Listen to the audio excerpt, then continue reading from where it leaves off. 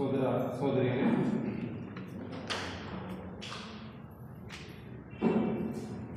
ಈಗಾಗಲೇ ಈ ವೈಶಾಖ ಪೂರ್ಣಿಮೆ ಒಂದು ಸಂಸ್ಕಾರ ಕಾರ್ಯದ ಒಂದು ವಿಚಾರವನ್ನು ನಮ್ಮ ಸೋದರ ಗೋಪಾಲಕೃಷ್ಣ ಅವರು ವಿಚಾರ ಮಾಡಿದರು. ನಾನಾಗಲೇ ಹೇಳ್ತಾ ಇದ್ದೆ, ಎರಡೂ ಸಂಸ್ಕಾರ ಕಾರ್ಯಗಳು ನಡೆಯುತ್ತೆ. ವೈಶಾಖ ಪೂರ್ಣಿಮೆಯಲ್ಲಿ ಒಂದು ಸಂಸ್ಕಾರ ಕಾರ್ಯ, ಈ ಆಷಾಢ ಪೂರ್ಣಿಮೆಯಂದು ಮತ್ತೊಂದು ಸಂಸ್ಕಾರ ಕಾರ್ಯ ನಡೆಯುತ್ತೆ.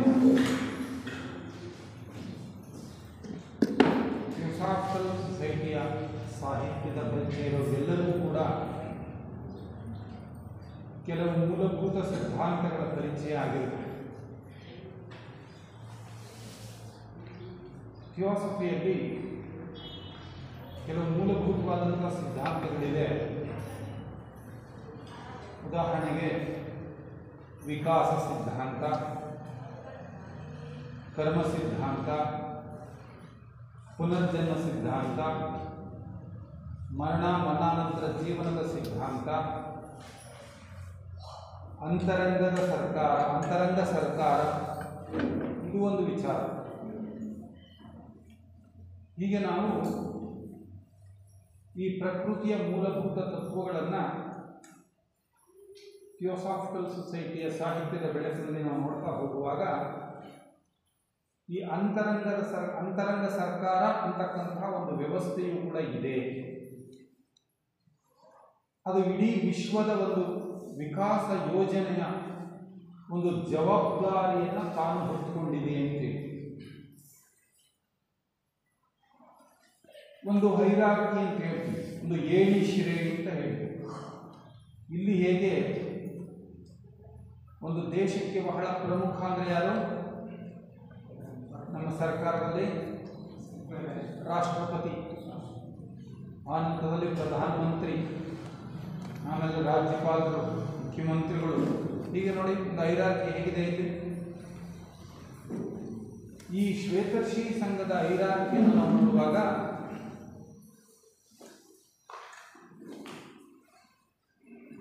ಈ ಜಗತ್ತನ್ನು ನೋಡ್ಕೊಳ್ತಾ ಇರ್ತಕ್ಕಂಥವರು ಜಗತ್ಪ್ರಭುಗಳು, ಅಂದರೆ ಸನತ್ ಕುಮಾರ ಪ್ರಭುಗಳು ಅಂತ ಹೇಳ್ತೀವಿ.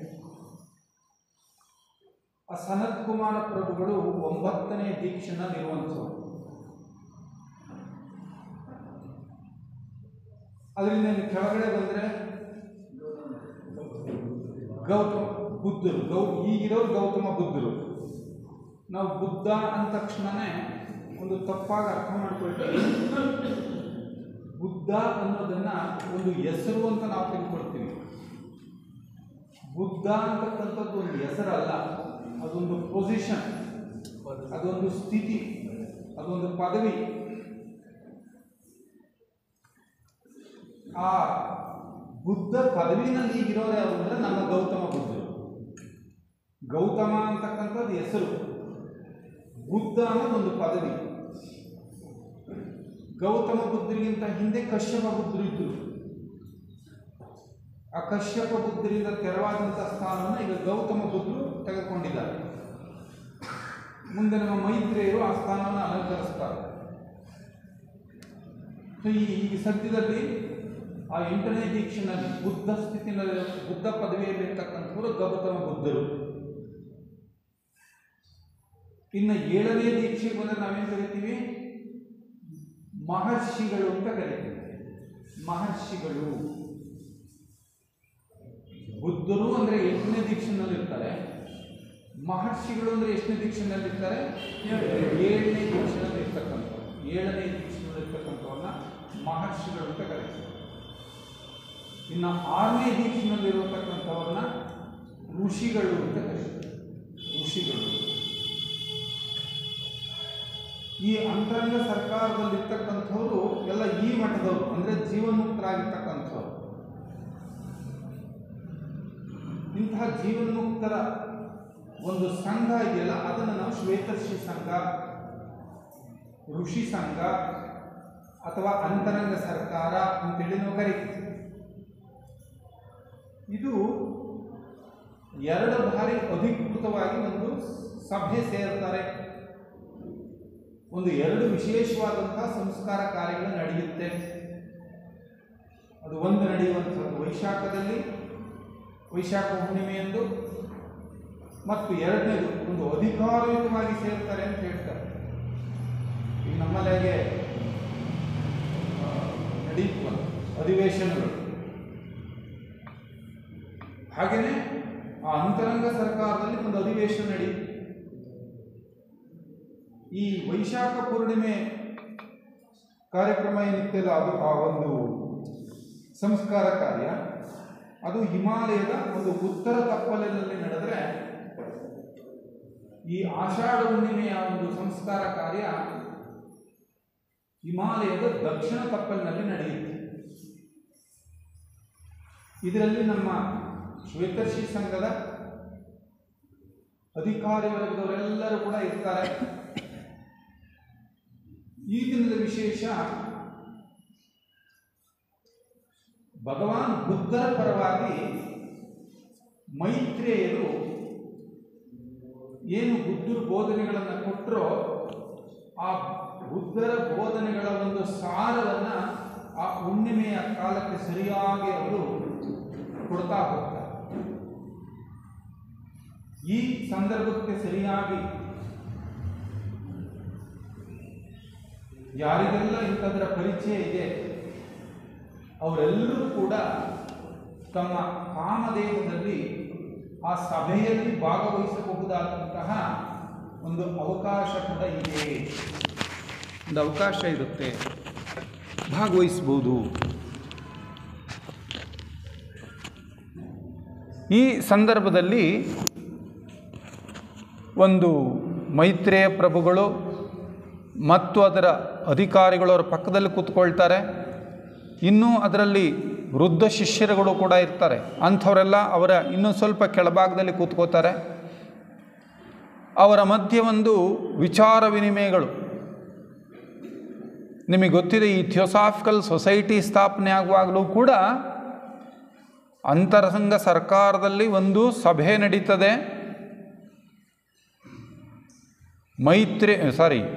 ಕುತುಮಿ ಮತ್ತು ಮೌರ್ಯ ಮಹರ್ಷಿಗಳಿಬ್ಬರೂ ಕೂಡ ಪ್ರಪಂಚಕ್ಕೆ ಈಗ ಇಂತಹ ಒಂದು ಬೋಧನೆಗಳನ್ನು ಕೊಡೋದಕ್ಕೋಸ್ಕರ ಒಂದು ಸಂಘವನ್ನು ಸ್ಥಾಪನೆ ಮಾಡಬೇಕು ಅಂತಕ್ಕಂತಹ ಒಂದು ತರಾವನ್ನು ಅಲ್ಲಿ ಮಂಡಿಸ್ತಾರೆ. ಆದರೆ ಆ ಸಂದರ್ಭಕ್ಕೆ ಇನ್ನೂ ಕೂಡ ಥಿಯೋಸಾಫಿಕಲ್ ಸೊಸೈಟಿಯ ಮೂಲಕ ಕೊಡಲ್ಪಡ್ತಕ್ಕಂತಹ ಬೋಧನೆಗಳನ್ನು ಜನ ಸ್ವೀಕಾರ ಮಟ್ಟದಲ್ಲಿಲ್ಲ. ಸದ್ಯಕ್ಕೆ ಬೇಡ ಅನ್ನೋ ನಿರ್ಣಯ ಆಗ್ತದಂತಲ್ಲಿ ಆ ಋಷಿ ಸಂಘದಲ್ಲಿ. ಆದರೂ ಕೂಡ ಇವರಿಬ್ಬರು, ಕುತುಮಿ ಮತ್ತು ಮೌರ್ಯರಿಬ್ಬರೂ ಕೂಡ ಇಲ್ಲ, ಕೆಲವರಾದರೂ ಇದನ್ನು ಸ್ವೀಕರಿಸೋ ಸ್ಥಿತಿನಲ್ಲಿ ಇದ್ದಾರೆ. ಆದ ಕಾರಣ ಸಂಘವನ್ನು ಸ್ಥಾಪನೆ ಮಾಡಿಬಿಡಬೇಕು ಅನ್ನೋ ತೀರ್ಮಾನವನ್ನು ಇವರು ತೆಗೆದುಕೊಳ್ತಾರೆ. ಆಗ ಅಲ್ಲಿ ಒಂದು ತೀರ್ಮಾನ ನಡೆಯುತ್ತೆ. ಒಂದು ವೇಳೆ ಸಂಸ್ಥೆ ಪ್ರಾರಂಭ ಆಗಿ ಏನಾದರೂ 7 ವರ್ಷದ ಒಳಗಡೆ ಅದು ಅವನತಿಯನ್ನು ಹೊಂದಿದರೆ ಅದರ ದುಷ್ಕರ್ಮದ ಹೊರೆಯನ್ನು ನೀವು ಹೊರಬೇಕಾಗುತ್ತೆ ಅಂತ ಹೇಳ್ತಾರೆ. ಈಗ ನಾವೆಲ್ಲ ನಮ್ಮ ಜೀವನದಲ್ಲಿ ಅನುಭವಿಸ್ತಾ ಇದ್ದೀವಲ್ಲ, ಕಷ್ಟಗಳು, ದುಃಖಗಳು, ನೋವುಗಳು, ಇದೆಲ್ಲ ಕೂಡ ಇದು ಯಾವುದರ ಕಾರಣ? ನಾವೆಲ್ಲ ಅನುಭವಿಸ್ತಾರ ಕಷ್ಟಗಳಿಗೆ ಕಾರಣ ಯಾರು? ನಾವೇ ಅಲ್ವಾ? ನಮ್ಮದೇ ಕರ್ಮಗಳು. ನಮ್ಮದೇ ಕರ್ಮಗಳಿಂದ ಬರ್ತಾ ಇರ್ತಕ್ಕಂಥ ದುಃಖವನ್ನು ನಾವು ಸಮಾಧಾನವಾಗಿ ಅನುಭವಿಸೋಕ್ಕಾಗ್ತಾ ಇದೆಯಾ? ನಮ್ಮ ಕೈನಲ್ಲಿ ಅನುಭವಿಸ್ತಾ ಇದ್ದೀವ? ಇಲ್ಲ. ಗೊಣಗ್ತೀವಿ, ಬೇರೆಯವ್ರನ್ನ ಹೊಣೆ ಮಾಡ್ತೀವಿ, ಬೇರೆಯವ್ರ ಮೇಲೆ ದೂಷಿಸ್ತೀವಿ. ಅದು ನೋಡ್ರಿ, ಆ ಸಂಘದಲ್ಲಿ ತೀರ್ಮಾನ ಆಗಿದ್ದೇನು ಅಂದರೆ, ಥಿಯೋಸಾಫಿಕಲ್ ಸೊಸೈಟಿಯನ್ನು ಸ್ಥಾಪನೆ ಮಾಡಿ ಒಂದು ವೇಳೆ ಏನಾದರೂ ಅದು 7 ವರ್ಷದೊಳಗಡೆ ಅದರ ಅಸ್ತಿತ್ವವನ್ನು ಕಳ್ಕೊಂಡ್ರೆ ದುಷ್ಕರ್ಮದ ಭಾರ ನಿಮ್ಮದು ಅಂತಾರಂತೆ ಇವರಿಬ್ಬರಿಗೆ. ಯಾರ್ಯಾರಿಗೆ? ಕುತುಮಿ ಋಷಿಗಳಿಗೂ ಮತ್ತು ಮೌರ್ಯ ಮಹರ್ಷಿಗಳಿಗೂ. ಆದರೆ ಅವರು ಆಗಲಿ ಅಂತಾರಂತೆ. ಯಾರಿಗೋಸ್ಕರ ಅವರು ಸಂಸ್ಥೆನ ಕೊಡ್ತಾ ಇರೋದು? ನಮಗೋಸ್ಕರ. ಆದರೆ ಅದೇನಾದರೂ ಅಕಸ್ಮಾತ್ ಅದರ ಅಸ್ತಿತ್ವನ ಕಳ್ಕೊಂಡ್ರೆ ಕರ್ಮ ಯಾರು ಹೊರಬೇಕಾಗಿದೆ? ಅವರು ಹೊರಬೇಕು. ನೋಡಿ, ನಮ್ಗಳಿಗೋಸ್ಕರ ಅವರು ತ್ಯಾಗ ಮಾಡ್ತಾ ಅಂತಹ ಒಂದು ಕರ್ಮವನ್ನು ಕೂಡ ನಾವು ಒತ್ಕೊಳ್ಳೋಕ್ಕೆ ತಯಾರಾಗಿದ್ದೀವಿ ಅಂತ ಮಾತು ಕೊಡ್ತಾರೆ. ಇದೇ ರೀತಿ ಪ್ರತಿ ವರ್ಷವೂ ಕೂಡ ಈ ಸಭೆ ನಡೆಯುತ್ತೆ. ಈ ದಿನದ ಸಭೆಯಲ್ಲಿ ನಡೆಯುವಂಥ ಪ್ರಸ್ತಾಪ ಏನಪ್ಪ ಅಂತ ಹೇಳಿದ್ರೆ, ಭಗವಾನ್ ಬುದ್ಧರು ಕೊಟ್ಟಂತಹ ಬೋಧನೆಗಳ ಒಂದು ವಾರ್ಷಿಕೋತ್ಸವ ಅಂತಾರೆ ಅದನ್ನು.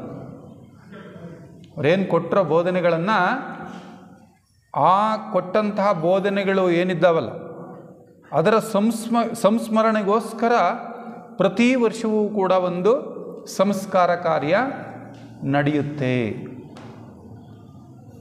ಪ್ರತಿ ವರ್ಷವೂ ಕೂಡ ಅವರೇನು ಮಾಡ್ತಾರೆ, ಆ ಬುದ್ಧರ ಬೋಧನೆಗಳ ಸಾರವನ್ನು ಮೈತ್ರೇಯರು ಕೊಡ್ತಾ ಹೋಗ್ತಾರೆ. ಆ ಸಂದರ್ಭ ಹೇಗಿತ್ತಪ್ಪ ಅಂತ ಹೇಳಿದ್ರೆ, ಧರ್ಮ ಅಂತಕ್ಕಂಥ ಚಕ್ರ ನಿಂತು ಹೋಗಿಬಿಟ್ಟಿತ್ತು ಅಂತ ಹೇಳ್ತಾರೆ. ಧರ್ಮ ಎನ್ನುವ ಚಕ್ರ ನಿಂತು ಹೋಗಿತ್ತು. ಆ ನಿಂತು ಹೋದ ಚಕ್ರವನ್ನು ಮತ್ತೊಮ್ಮೆ ಉರುಳಿಸಿದರು ಅಂತಾರೆ. ಯಾರು ಉರುಳಿಸಿದ್ದು? ಯಾರು? ಭಗವಾನ್ ಬುದ್ಧರು.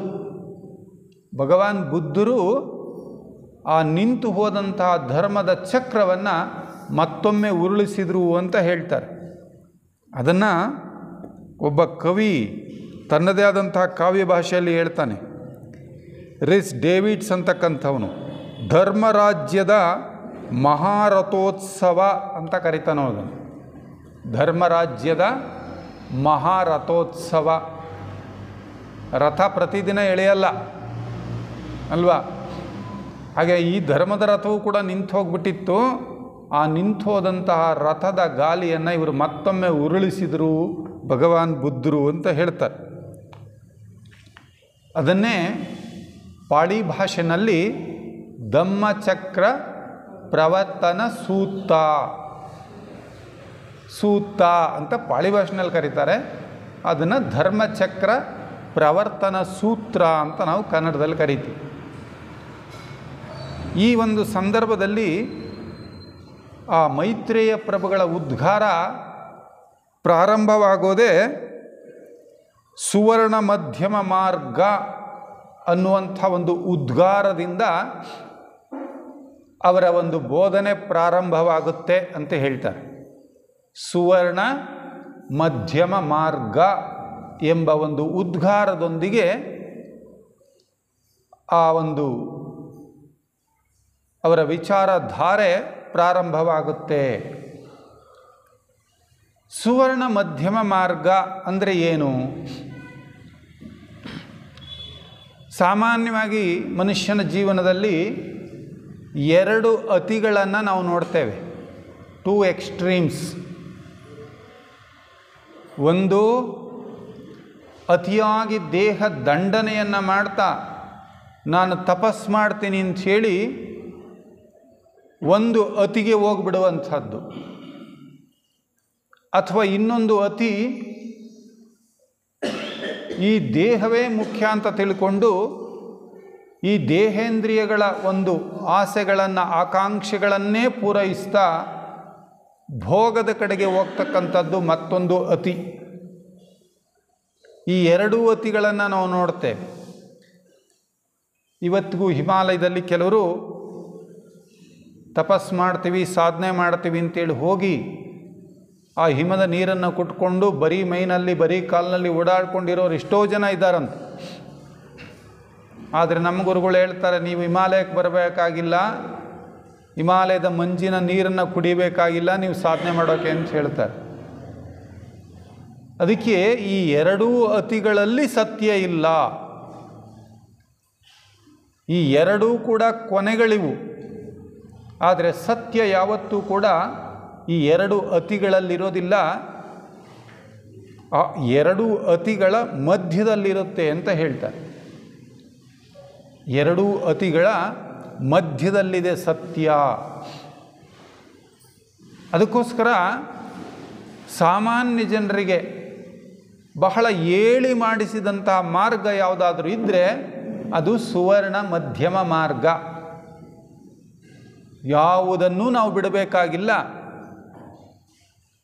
ದೇಹವನ್ನು ದಂಡಿಸಬೇಕಾಗಿಲ್ಲ, ಅದನ್ನು ಕೃಶ ಮಾಡಿಕೊಳ್ಬೇಕಾಗಿಲ್ಲ.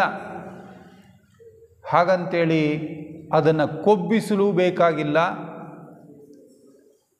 ಭಗವಾನ್ ಬುದ್ಧರಿಗೆ ಜ್ಞಾನೋದಯವಾದಂಥ ಒಂದು ಸ್ಥಿತಿಯನ್ನು ವರ್ಣನೆ ಮಾಡ್ತಾ ಒಬ್ಬ ಮಹನೀಯ ಹೇಳ್ತಾನೆ, ಒಂದು ವರ್ಣನೆಯನ್ನು ಮಾಡ್ತಾನೆ.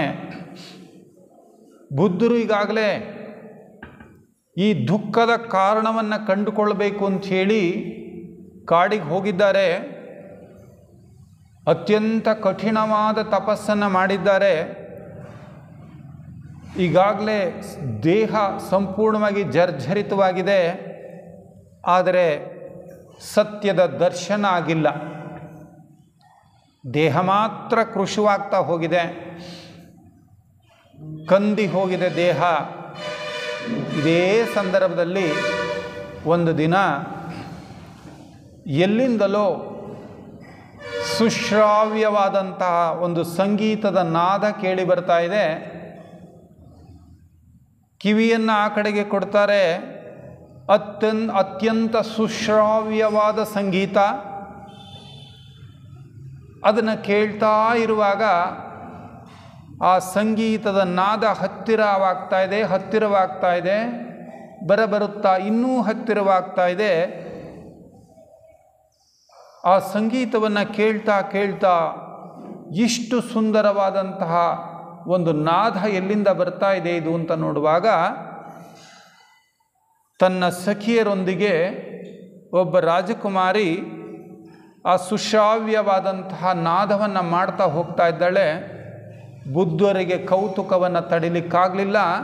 ಹತ್ತಿರ ಹೋಗಿ ಕೇಳ್ತಾರೆ, ಅಮ್ಮ, ನಿನ್ನ ವಾದ್ಯದಿಂದ ಈ ಒಂದು ಸುಶ್ರಾವ್ಯವಾದ ನಾದ ಬರ್ತಾ ಇದೆಯಲ್ಲ, ಇದರ ಗುಟ್ಟೇನಮ್ಮ ಅಂತ ಕೇಳುವಾಗ ಆ ಹೆಣ್ಣುಮಗಳು ಹೇಳ್ತಾಳೆ, ಹೌದು, ಈ ನನ್ನ ವಾದ್ಯದಿಂದ ಇಷ್ಟು ಸುಶ್ರಾವ್ಯವಾದ ನಾದ ಹೊರಬರೋದಕ್ಕೆ ಕಾರಣ ಈ ವಾದ್ಯದ ತಂತಿಯನ್ನು ನಾನು ಒಂದು ಮಧ್ಯದ ಸ್ಥಿತಿಯಲ್ಲಿ ಹದವಾಗಿ ಬಿಗಿ ಮಾಡಿದ್ದೇನೆ.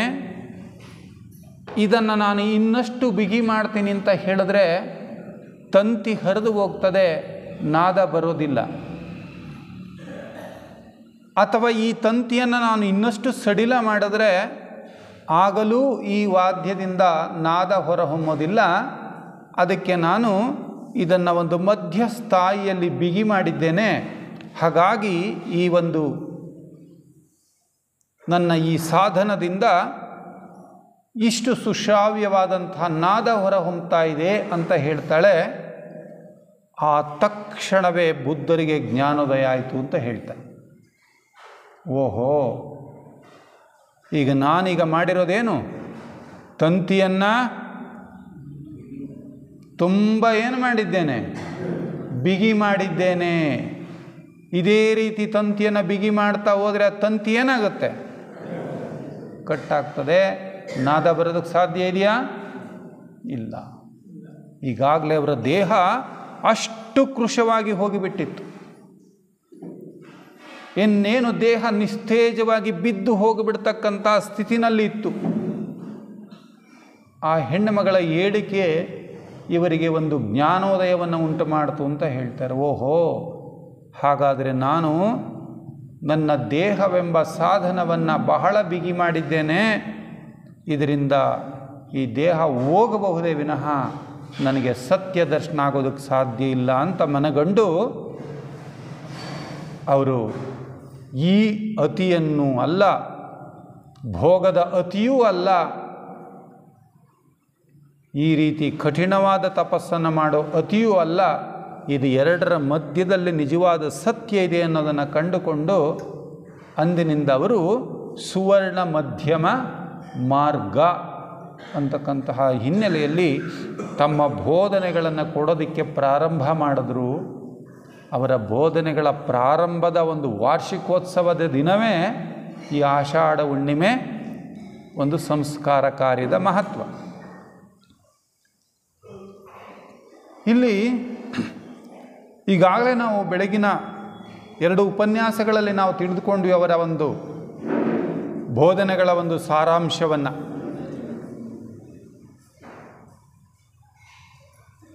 ಅವರು ಕೊಟ್ಟಂತಹ ಒಂದು ಬೋಧನೆಗಳನ್ನು ಚತುರಾರ್ಯ ಸತ್ಯಗಳು ಅಂತ ಕರೀತಾರೆ. ಚತುರಾರ್ಯ ಸತ್ಯಗಳು, ಆರ್ಯ ಸತ್ಯಗಳು ಅಂಥೇಳಿ ಕರೆದರು. ಆ ಆರ್ಯ ಸತ್ಯಗಳಲ್ಲಿ ಬರುವಂತಹ ಒಂದು ಸಾರಾಂಶವನ್ನು ಈಗಾಗಲೇ ನೀವು ತಿಳಿದುಕೊಂಡಿದ್ದೀರಾ. ಅದನ್ನು ಒಂದು ಸಾರಿ ನಾವು ಪುನರಾವಲೋಕನವನ್ನು ಮಾಡೋದಾದರೆ, ಈ ಆರ್ಯ ಸತ್ಯಗಳಲ್ಲಿ ಮೊದಲನೇ ಸತ್ಯನ ಹೇಳಿದ್ರು. ಯಾವುದು ಸತ್ಯ? ಆರ್ಯ ಸತ್ಯಗಳಲ್ಲಿ ಮೊದಲನೇ ಸತ್ಯ ದುಃಖ ಇದೆ, ಇಟ್ ಈಸ್ ದೇರ್. ಆದರೆ ನಾವು ಅದನ್ನು ಇನ್ನಷ್ಟು ಸ್ವಲ್ಪ ವಿಸ್ತಾರ ಮಾಡೋದಾದರೆ,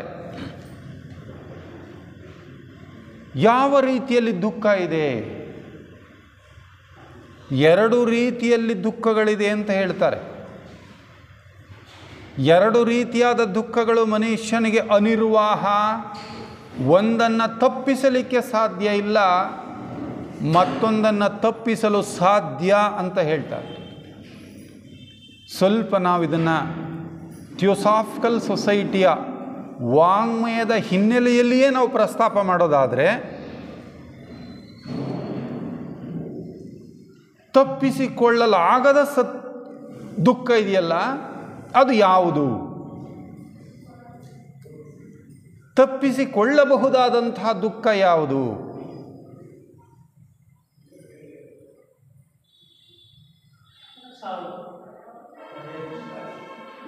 ನೋಡಿ, ನಮ್ಮ ಮೂಲ ಸ್ವರೂಪವನ್ನು ನಾವೇನಾದರೂ ಅರ್ಥ ಮಾಡಿಕೊಳ್ಳೋದಾದರೆ, ನಾವೆಲ್ಲ ಎಲ್ಲಿದ್ದೆವು?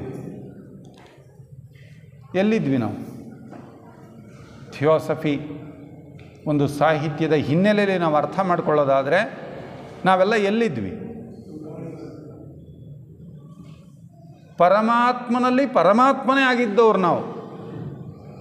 ಯಾವಾಗ ಭಗವಂತನಿಗೆ ಒಂದು ಇಚ್ಛೆ ಬಂತೋ, ಏಕೋಹಂ ಬಹುಶ್ಯಾಮಃ, ನಾನು ಏಕವಾಗಿದ್ದೇನೆ, ಅನೇಕವಾಗಬೇಕು ಅಂತಕ್ಕಂತಹ ಒಂದು ಇಚ್ಛೆ ಭಗವಂತನಲ್ಲಿ ಬಂದಾಗ, ಆ ಭಗವಂತ ತಾನು ಸಿಡಿದ ಆ ಮಹಾಜ್ವಾಲೆಯಿಂದ ಸಿಡಿದ ಅಂಶಗಳು ನಾವಾದ್ವಿ. ಆ ಅಂಶವನ್ನು ನಾವೇನು ಕರೆದ್ವಿ? ಭಗವಂತನಿಂದ ಸಿಡಿದು ಬಂದಿರತಕ್ಕಂಥ ಅಂಶವನ್ನು ನಾವೇನು ಕರೆದ್ವಿ? ನಮ್ಮ ಮೂಲ ಸ್ವರೂಪ ಏನಂತ ಕರಿತೀವಿ? ಮಾತನಾಡೋಣ ಮಧ್ಯೆ, ಪರವಾಗಿಲ್ಲ. ಭಗವಂತನಿಂದ ಸಿಡಿದಂತಹ ಆ ಅಂಶ ಇದೆಯಲ್ಲ, ಆ ಅಂಶವನ್ನು ನಾವೇನು ಕರಿತೀವಿ? ಪುರುಷಾತ್ಮ ಅಂತ ಕರಿತೀವಿ ನಾವು. ಮಾನಡ್, ಪುರುಷಾತ್ಮ ಅಂತ ಕರಿತೀವಿ. ನೋಡಿ, ಭಗವಂತನಲ್ಲಿ ಭಗವಂತನೇ ಆಗಿದ್ದ ಸ್ಥಿತಿ ಹೇಗಿತ್ತು, ಭಗವಂತನಿಂದ ಸಿಡಿದು ನಾವು ಆಚೆ ಬಂದಾಗ ನಮ್ಮ ಸ್ಥಿತಿ ಏನಾಯಿತು?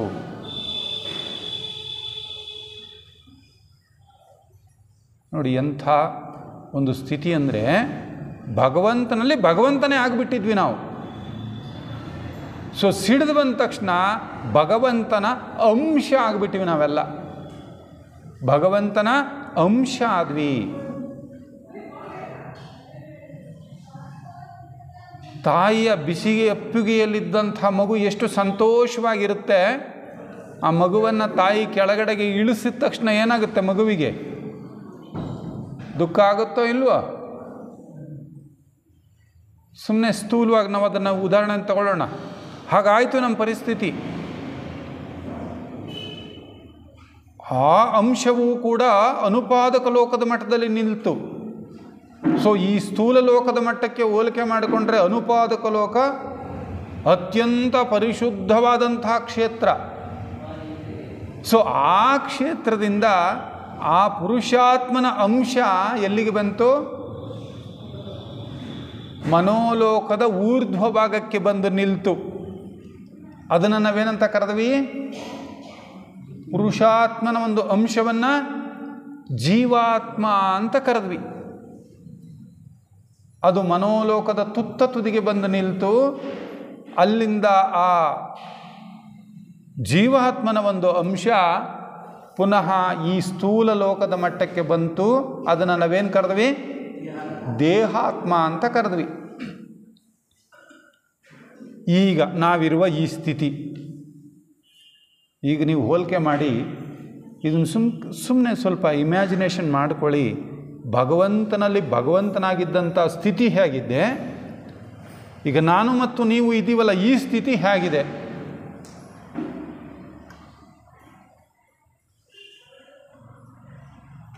ಒಂದು ಅರಮನೆಯಲ್ಲಿ ಆರಾಮವಾಗಿ ಬೆಳ್ಕೊಂಡಿದ್ದವನನ್ನು ತಗೊಂಡೋಗಿ ಒಂದು ನಾಲ್ಕು ಒಂದು ಸೆರೆಮನೆ ಒಳಗಡೆ ಕೂಡಿಬಿಟ್ರೆ ಹೆಂಗಾಗ್ಬೋದು? ಹೇಗಿರ್ಬೋದು ಪರಿಸ್ಥಿತಿ? ಸ್ಥೂಲವಾಗಿ ಹೋಲಿಕೆ ಮಾಡ್ಕೊಳ್ಳೋದು, ಅದನ್ನು ಇದನ್ನು ಹೋಲಿಕೆ ಮಾಡೋಕ್ಕೆ ಆಗೋದೇ ಇಲ್ಲ ಬಿಡಿ. ಆದರೂ ಸುಮ್ಮನೆ ಅರ್ಥ ಮಾಡ್ಕೊಳ್ಳೋ ದೃಷ್ಟಿಯಲ್ಲಿ ನೀವು ಯೋಚನೆ ಮಾಡಿ.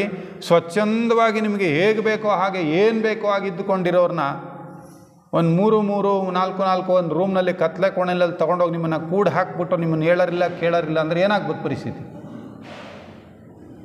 ಒಂದು ಹಂತದಲ್ಲಿ, ಒಂದು ರೀತಿಯಲ್ಲಿ ನಾವೆಲ್ಲ ಪರಮಾತ್ಮನಲ್ಲಿ ಪರಮಾತ್ಮನೇ ಆಗಿದ್ದಂಥವರು ಪುರುಷಾತ್ಮರಾಗಿ, ಪುರುಷಾತ್ಮನ ಅಂಶ ಜೀವಾತ್ಮನಾಗಿ, ಆ ಅಂಶದ ಅಂಶ ಈ ದೇಹಾತ್ಮ. ಅಂದರೆ ಆ ಸ್ಥಿತಿಯಲ್ಲಿ ಇರುವ ಸ್ಥಿತಿ ಇದೆಯಲ್ಲ ನಮ್ಮದು, ಭಗವಂತನೇ ಆಗಿರುವಂಥ ಒಂದು ಸ್ಥಿತಿ ಇದೆಯಲ್ಲ, ಅಥವಾ ಪುರುಷಾತ್ಮರೇ ನಾವಾಗಿರುವಂಥ ಸ್ಥಿತಿ ಇದೆಯಲ್ಲ, ಅದನ್ನು ಈ ದೇಹದಾರಿಗಳಾಗಿ ಈ ದೇಹದಲ್ಲಿ ನಾವು ಜೀವನ ಮಾಡ್ತಾ ಇರ್ತಕ್ಕಂಥ ಈ ಸ್ಥಿತಿಯನ್ನು ಹೋಲಿಕೆ ಮಾಡಿಕೊಂಡಾಗ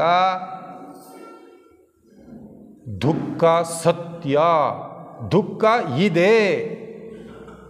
ಇದನ್ನು ನಾವು ಒಂದು ಹಂತದವರೆಗೆ ಇದನ್ನು ತಪ್ಪಿಸ್ಕೊಳ್ಳಿಕ್ಕೆ ಸಾಧ್ಯ ಇಲ್ಲ. ಈ ದೃಷ್ಟಿಯಲ್ಲಿ ದುಃಖ ಇದೆ ಅನ್ನೋದನ್ನು ಕೂಡ ನಾವು ಎರಡು ರೀತಿಯಾಗಿ ಅರ್ಥ ಮಾಡ್ಕೊಳ್ಬೇಕಾಗ್ತದೆ. ಇದು ಒಂದು ನಾವು ತಪ್ಪಿಸಿಕೊಳ್ಳಲಿಕ್ಕಾಗದೇ ಇರುವಂಥ ದುಃಖ ಸದ್ಯದ ಮಟ್ಟದಲ್ಲಿ, ಸದ್ಯದ ಪರಿಸ್ಥಿತಿನಲ್ಲಿ. ಇನ್ನೊಂದು ದುಃಖ ನಮಗೆಲ್ಲ ಗೊತ್ತಿರೋದೆ, ಇನ್ನೊಂದು ರೀತಿ ದುಃಖ ಇದೆಯಲ್ಲ, ಅದು ಅವಿವೇಕಜನ್ಯವಾದದ್ದು ಅಂತ ಹೇಳ್ತಾರೆ. ಅವಿವೇಕದಿಂದ ಬಂದಿರುವಂತಹ ದುಃಖ, ಜನನ ದುಃಖ, ಜರಾ ದುಃಖ, ವ್ಯಾಧಿ ದುಃಖ, ವಿಯೋಗ ದುಃಖ, ಹೀಗೆ ದುಃಖಗಳು ಸಾಲು ಸಾಲೇ ಇದೆ. ಜನನ ದುಃಖ, ಹುಟ್ಟುವಾಗಲೇ ಶುರುವಾಗುತ್ತೆ ದುಃಖ. ಜರಾ ದುಃಖ, ವ್ಯಾಧಿ ದುಃಖ, ಮೃತ್ಯು ದುಃಖ, ವಿಯೋಗ ದುಃಖ, ಸಾಲು ಸಾಲು ದುಃಖಗಳು, ಸಾಲು ಸಾಲು ದುಃಖಗಳು. ನಾವೆಂತಹ ಒಬ್ಬ ಶ್ರೀಮಂತನೇ ಇರಬಹುದು, ಎಂಥವನೇ ಇರಬಹುದು, ಒಂದಲ್ಲ ಒಂದು ಸ್ಥಿತಿಯಲ್ಲಿ ಅವನು ದುಃಖಕ್ಕೆ ಒಳಗಾಗಿಯೇ ಒಳಗಾಗ್ತಾನೆ. ಅದಕ್ಕೋಸ್ಕರ ಈ ಸ್ಥೂಲ ದೇಹದ ಜೀವನ ಅಂದ್ರೇ ಅದು ದುಃಖ. ಆದರೆ ಈ ದುಃಖಕ್ಕೆ ಒಂದು ಕಾರಣವೂ ಕೂಡ ಇದೆ, ದುಃಖಕ್ಕೆ ಒಂದು ಕಾರಣವೂ ಕೂಡ ಇದೆ. There is a reason. ಆ ಕಾರಣವೇ ಯಾವುದಪ್ಪ ಅಂತ ಹೇಳಿದ್ರೆ ಆಶೆ ಅಂತಕ್ಕಂಥದ್ದು. ಆ ಆಶೆ ಅಂತಕ್ಕಂಥದ್ದೇ ಒಂದು ಈ ದುಃಖದ ಒಂದು ಮೂಲ.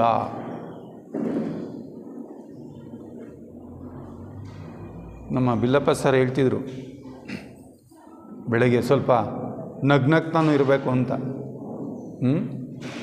ತುಂಬ ಸೀರಿಯಸ್ ಆಗಿಬಿಟ್ರು ಕಷ್ಟ. ಆಮೇಲೆ ತುಂಬ ಸೀರಿಯಸ್ ಒಂದು ಸಲ ನಿದ್ರೆಗೆ ಎಳ್ಕೊಂಡು ಹೋಗ್ಬಿಡುತ್ತೆ.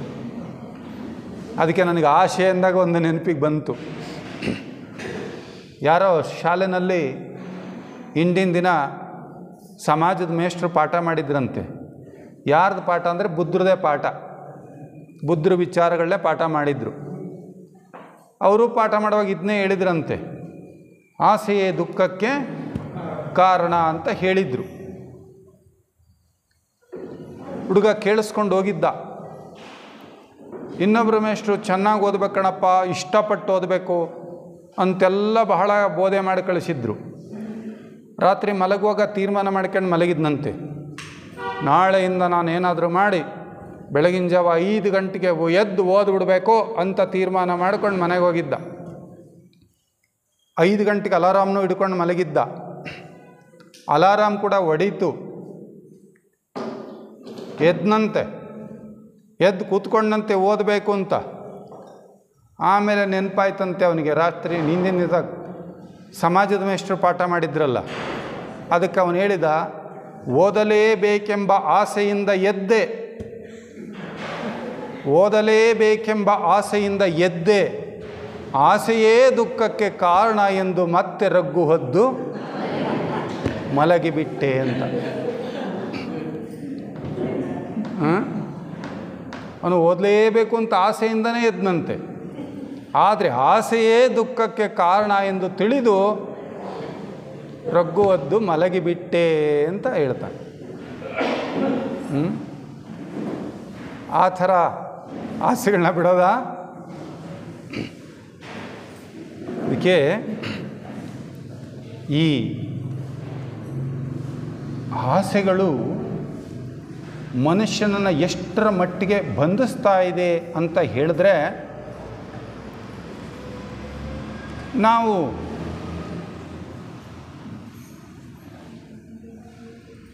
ಆಸೆಗಳನ್ನ ಬಿಡಬೇಕು ಅಂದ ತಕ್ಷಣ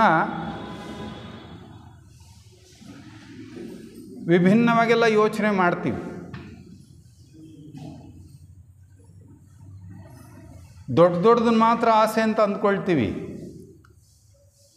ಆದರೆ ಆಸೆ ಅನ್ನೋದರ ಅರ್ಥ, ನನಗೀಗ ಬೆಳಗ್ಗೆ ಎದ್ದ ತಕ್ಷಣ ಒಂದು ಕಪ್ ಬಿಸಿ ಬಿಸಿಯಾಗಿ ಕಾಫಿ ಆಗಿಬಿಡಬೇಕು, ಅದಿಲ್ಲದ್ರೆ ನನಗೆ ಮುಂದಿನ ಕೆಲಸ ನಡೆಯಲ್ಲ, ನನಗೆ ಅದಿಲ್ಲದ್ರೆ ನಡೆಯಲ್ಲ. ಇನ್ನೊಬ್ಬ ಯಾರೋ ಇದ್ದಾನೆ, ಅವನಿಗೆ ಅದಿಲ್ಲದ್ರೆ ನಡೆಯಲ್ಲ. ಅವನನ್ನು ನೋಡಿ ನಾವೇನಂತೀವಿ? ಅವನನ್ನು ನೋಡಿ ಏನಂತೀವಿ ನಾವು? ಚೇಡಿಸ್ತೀವ ಇಲ್ವ? ನೋಡಿ, ಅವನಿಗೆ ಅದಿಲ್ಲದ್ರೆ ಆಗಲ್ಲ, ನನಗೆ ಇದಿಲ್ಲದ್ರೆ ಆಗಲ್ಲ. ಪದಾರ್ಥದಲ್ಲಿ ವ್ಯತ್ಯಾಸ ಐತೆ ವಿನಃ ನಮಗಿರುವ ಅಂಟಿಕೊಳ್ಳುವಿಕೆಯಲ್ಲಿ ಏನಾದರೂ ವ್ಯತ್ಯಾಸ ಇದೆಯಾ? ವ್ಯತ್ಯಾಸ? ಪದಾರ್ಥ ವ್ಯತ್ಯಾಸ. ಅವನು ಅದಕ್ಕೆ ಅಂಟ್ಕೊಂಡಿದ್ದಾನೆ, ನಾನು ಇದಕ್ಕೆ ಅಂಟ್ಕೊಂಡಿದ್ದೀನಿ. ಅದಕ್ಕೆ ಆಸೆ ಅಂದರೆ ಏನು ದೊಡ್ಡದೇ ಅಂತ ತೀರ್ಮಾನ ಮಾಡೋಂಗಿಲ್ಲ ನಾವು. ಜೀವನದಲ್ಲಿ ನಾವು ಯಾವ ಸಂದರ್ಭ ಹೇಗಿದೆಯೋ ಹಾಗಾಗೆ ಒಪ್ಕೊಳ್ಳೋಕೆ ನಮ್ಗೆ ಆಗಬೇಕು.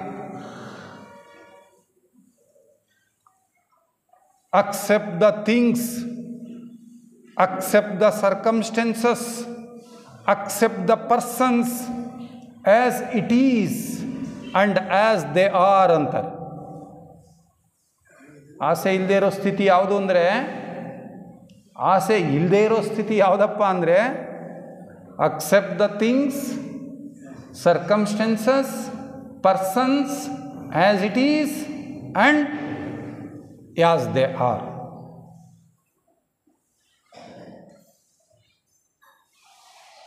ಯಾವುದೇ ಸಂದರ್ಭ, ಸನ್ನಿವೇಶ, ಘಟನೆ, ವ್ಯಕ್ತಿಗಳು ಅವರು ಹೇಗಿದ್ದಾರೋ, ಸಂದರ್ಭಗಳು, ಘಟನೆಗಳು ಹೇಗೆ ಇವೆಯೋ ಅವುಗಳನ್ನು ಹಾಗಾಗೇ ನಮ್ಮ ಕೈಗಳಲ್ಲಿ ಒಪ್ಕೊಳ್ಳೋದಕ್ಕೆ ಸಾಧ್ಯವಾಗಬೇಕು. ಅದು ನಿಜವಾದ ಆಶಾರಾಹಿತ್ಯ ಸ್ಥಿತಿ. ಅಂದರೆ ಆಶಾರಾಹಿತ್ಯ ಸ್ಥಿತಿ ಅಂದರೆ ಬೇರೆ ಏನಲ್ಲ, ನಿಮ್ಮ ಹತ್ರ ಏನೇನಿದೆಯೋ ಎಲ್ಲ ಇದ್ದು ಬಿಡಲಿ, ಬೇಕಾದ್ರೆ ತೊಂದರೆ ಏನಿಲ್ಲ, ಏನಿದೆಯೋ ಎಲ್ಲವೂ ಇರಲಿ. ಆದರೆ ಅದರ ಜೊತೆಯಲ್ಲಿ ನೀವು ನಿಮ್ಮನ್ನು ಎಷ್ಟರ ಮಟ್ಟಿಗೆ ಅದರ ಜೊತೆಯಲ್ಲಿ ಸೇರಿಸ್ಕೊಂಡಿದ್ದೀರಿ, ಅದರ ಮೇಲೆ ನಿಮ್ಮ ಸ್ವಾಮಿತ್ವವನ್ನು ಎಷ್ಟರ ಮಟ್ಟಿಗೆ ನೀವು ಸ್ಥಾಪನೆ ಮಾಡಿಕೊಂಡಿದ್ದೀರಿ, ಅದು ಬಹಳ ಮುಖ್ಯವಾಗಿರ್ತಕ್ಕಂಥ ವಿಚಾರ. ನಿಮಗೆ ದೊಡ್ಡ ಕಾರ್ ಇದೆಯಾ, ದೊಡ್ಡ ಬಂಗ್ಲೆ ಇದೆಯಾ, ನಿಮ್ಮ ಹತ್ರ ದುಡ್ಡಿದೆಯಾ, ಓಕೆ, ನೋ ಪ್ರಾಬ್ಲಮ್. ಆದರೆ ಅದರ ಮೇಲೆ ನಿಮ್ಮ ಒಡೆತನ ಎಷ್ಟಿದೆ, ಅದನ್ನೇ ಪೊಸೆಸಿವ್ನೆಸ್ ಅಂತೀವಿ, ಸ್ವಾಮಿತ್ವ ಭಾವನೆ ಅಂತ ಹೇಳ್ತೀವಿ. ಆ ಸ್ವಾಮಿತ್ವ ಭಾವನೆಯನ್ನು ಬಿಟ್ಟಿದ್ರೆ ನೀವು ಆಸೆಯಿಂದ ಬಿಟ್ಟಿದ್ದೀರಿ ಅಂತ ಅರ್ಥ. ನಾವು ಕೇಳ್ತೀವಿ ಘಟನೆಯನ್ನು, ಜನಕ ಮಹಾರಾಜನ ಅರಮನೆಗೆ ಬೆಂಕಿ ಬಿದ್ದೋಗಿದೆ, ಅವ್ರಿಗೆ ಗೊತ್ತು ಇದನ್ನು ನಾನು ಇನ್ನೇನು ಮಾಡೋಕ್ಕಾಗಲ್ಲ, ಇದನ್ನು ಕೆಡಿಸೋಕ್ಕೆ ಸಾಧ್ಯ ಇಲ್ಲದೇ ಇರೋ ಪರಿಸ್ಥಿತಿ ಅಂತ ಅವ್ರಿಗೆ ಅರ್ಥ ಆಗಿದೆ. ಅವ್ರೇನು ಮಾಡಿದ್ದಾರೆ?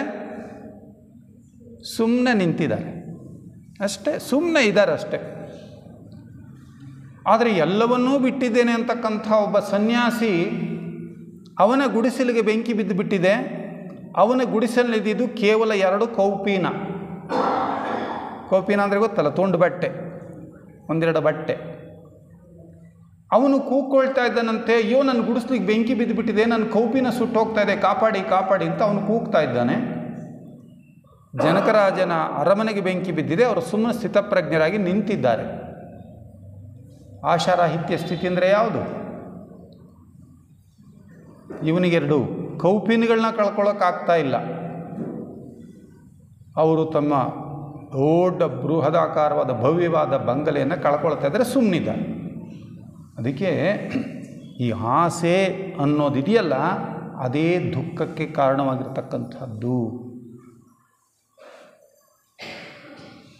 ಹಾಗಾದರೆ ಆ ದುಃಖವನ್ನು ನಾವು ಅನುಭವಿಸ್ತಾನೇ ಇರಬೇಕಾ ಕೊನೆಯವರೆಗೆ? ದುಃಖ ಸತ್ಯ ಅಂತ ತಿಳ್ಕೊಂಡು ಆ ದುಃಖವನ್ನು ಹಾಗೇ ಇಟ್ಕೊಂಡಿರಬೇಕಾ, ಅನುಭವಿಸ್ತಾನೆ ಇರಬೇಕಾ ನಾವು ಕೊನೆಯವರೆಗೆ ಅಂದರೆ ಇಲ್ಲ, ಹಾಗೇನಿಲ್ಲ. ಆ ದುಃಖ ನಿವಾರಣೆಗೆ ಒಂದು ಮಾರ್ಗವೂ ಕೂಡ ಇದೆ, ಅದಕ್ಕೆ ನಾವು ಆ ದುಃಖವನ್ನು ಕಳ್ಕೊಳ್ಳೋದಕ್ಕೆ ಅಂಥೇಳಿ ಆ ಮಾರ್ಗವನ್ನು ನಮಗೆ ಕೊಡ್ತಾರೆ. ಆ ಮಾರ್ಗವನ್ನು 3 ಭಾಗಗಳಾಗಿ ವಿಂಗಡಿಸ್ತಾರೆ. ಪ್ರಜ್ಞೆ, ಶೀಲ, ಸಮಾಧಿ. ಅವರ ಒಟ್ಟು ಬೋಧನೆಗಳ ಸಾರವನ್ನು 3 ಭಾಗ ಮಾಡಿದ್ರು. ಶೀಲ, ಪ್ರಜ್ಞೆ, ಸಮಾಧಿ ಅಂಥೇಳಿ ಒಟ್ಟಾಗಿ 3 ಭಾಗವನ್ನು ಮಾಡಿದ್ರು. ಸೊ ಇದು ಈಗ ನಾವು ಮೊದಲು ವಿಚಾರ ಮಾಡಿದಂಥ ದುಃಖ ಇದೆಯಲ್ಲ, ಆ ದುಃಖವನ್ನು ನಾವು ಒಂದು ಹಂತದವರೆಗೆ ನಾವು ಅದರ ಮೇಲೆ ನಮ್ಮ ಪ್ರಭುತ್ವವನ್ನು ಸಾಧಿಸೋಕ್ಕಾಗೋದಿಲ್ಲ. ಎಲ್ಲಿಯವರೆಗೆ ಸಾಧ್ಯವಾಗೋದಿಲ್ಲ ಅಂದರೆ, ಈ ದೇಹಾತ್ಮನನ್ನು ನಾವು ನಮ್ಮ ಜೀವಾತ್ಮನ ಅಂಕೆಗೆ ಅಧೀನಪಡಿಸಿದಾಗಲೂ ಕೂಡ, ದೇಹಾತ್ಮವನ್ನು ಜೀವಾತ್ಮನ ಅಂಕೆಗೆ ನಾವು ಒಳಪಡಿಸಿದ್ದೀವಿ ಅನ್ನುವಾಗಲೂ ಕೂಡ ಇನ್ನೂ ಕೂಡ ಒಂದು ಸಪರೇಟ್ನೆಸ್ ಅನ್ನೋದು ಇನ್ನೂ ಉಳ್ಕೊಂಡಿದೆ. ಈ ಪ್ರತ್ಯೇಕತೆಯ ಭಾವನೆ ಅಂತಕ್ಕಂಥದ್ದು ನಮ್ಮಲ್ಲಿ ಬಂದದ್ದು ಯಾವಾಗ ಬಂತು? ಯಾವಾಗ ನಮ್ಮ ಜೀವಾತ್ಮ ಬಂತೋ, ನಮ್ಮ ಕಾರಣದೇಹದ ಪ್ರಜ್ಞೆ ನಮಗೆ ಬಂತೋ, ಅಲ್ಲಿಂದನೇ ಪ್ರತ್ಯೇಕತೆ ಅಂತಕ್ಕಂಥದ್ದು ಶುರುವಾಗ್ಬಿಟ್ಟಿದೆ. ಈ ದೇಹಾತ್ಮನ ದೃಷ್ಟಿಯಲ್ಲಿ ನಮ್ಮ ಕಾರಣದೇಹ ಪ್ಯೂರ್, ಅತ್ಯಂತ ಪರಿಶುದ್ಧ. ಸ್ವಲ್ಪ ನಾವು ಥಿಯಾಸಫಿ ಪರಿಭಾಷೆಯಲ್ಲೇ ವಿಚಾರ ಮಾಡಬೇಕಾಗಿರೋದ್ರಿಂದ ಇದನ್ನು ನಾನು ಹೇಳ್ತೀನಿ. ಜೀವಾತ್ಮನ ದೃಷ್ಟಿಯಿಂದ ದೇಹಾತ್ಮ ಅಪರಿಶುದ್ಧ ಅಂತ ಹೇಗೆ ಹೇಳ್ತೀವೋ, ಪುರುಷಾತ್ಮನ ದೃಷ್ಟಿಯಿಂದ ನಮ್ಮ ಜೀವಾತ್ಮನ ಬಗ್ಗೆ ನಾವು ಯೋಚನೆ ಮಾಡುವಾಗ ಜೀವಾತ್ಮ ಇನ್ನೂ ಅವನೂ ಕೂಡ ಒಂದು ರೀತಿ ಅಪರಿಶುದ್ಧವೇ. ಯಾಕೆ ಅಂದರೆ, ಆ ಈಗೋ ಕಾನ್ಷಿಯಸ್ನೆಸ್ ಅಂತ ನಾವೇನು ಹೇಳ್ತೀವಲ್ಲ, ಪ್ರತ್ಯೇಕತೆಯ ಭಾವನೆ ಅಂತ ಏನು ಹೇಳ್ತೀವಲ್ಲ, ಅದು ಪ್ರಾರಂಭವಾದದ್ದೇ ಜೀವಾತ್ಮನ ಸೃಷ್ಟಿ ಆದಾಗ. ಆದರೆ ಈ ದೇಹಾತ್ಮನ ಮಟ್ಟದಲ್ಲಿ ನಾವು ಹೋಲಿಕೆ ಮಾಡುವಾಗ ಅದು ಪ್ಯೂರ್, ಅದು ಪರಿಶುದ್ಧ.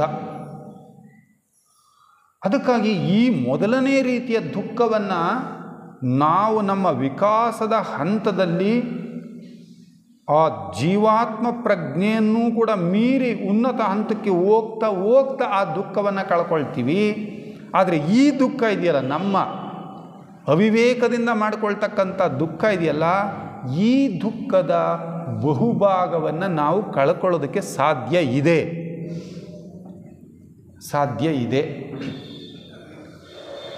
ಅದನ್ನೇ ಅವರ ಬೋಧನೆಗಳ ಸಾರ ಅಂತ ನಾವು ಅರ್ಥ ಮಾಡ್ಕೊಳ್ಬೋದು. ಇಲ್ಲಿ 8 ಮಾರ್ಗಗಳನ್ನು ಹೇಳೋದ್ರ ಜೊತೆಯಲ್ಲಿ ನಮಗೆ 8 ವಿಚಾರಗಳು ಗೊತ್ತಿದೆ. ಏನು? ಆರ್ಯ ಅಷ್ಟಾಂಗ ಪಥ, ಏಯ್ತ್ ಫೋಲ್ಡ್ ಪಾತ್ ಅಂತ ನಾವು ಕರಿತೀವೋ ಅದರಲ್ಲಿ ಏನು ಬರ್ತದೆ? ಸಮ್ಯಕ್ ದೃಷ್ಟಿ, ಸಮ್ಯಕ್ ಸಂಕಲ್ಪ, ಸಮ್ಯಕ್ ವಾಕ್, ಸಮ್ಯಕ್ ಕಾರ್ಯ, ಸಮ್ಯಕ್ ಆಜೀವ, ಸಮ್ಯಕ್ ಪ್ರಯತ್ನ, ಸಮ್ಯಕ್ ಸಮಾಧಿ,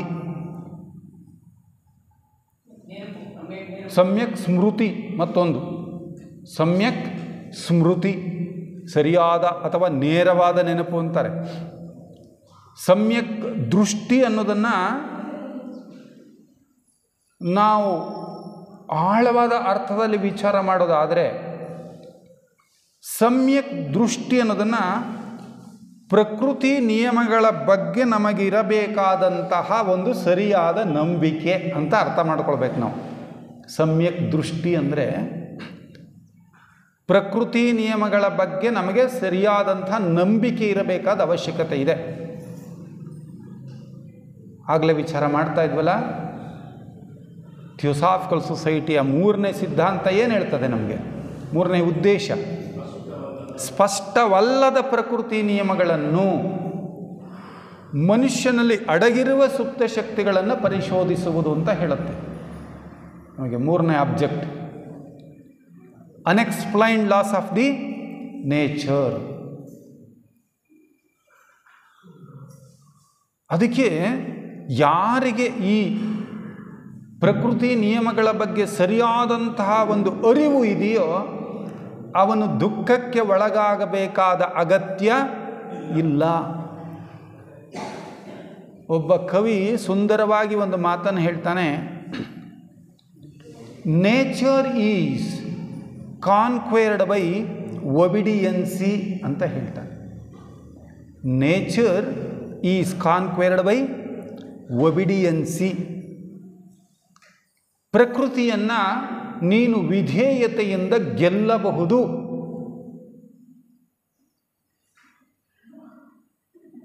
ಅಂದರೆ ಯಾವಾಗ ನಾವು ಆ ಪ್ರಕೃತಿ ನಿಯಮಗಳನ್ನು ನಾವು ಅರ್ಥ ಮಾಡಿಕೊಳ್ತೀವೋ,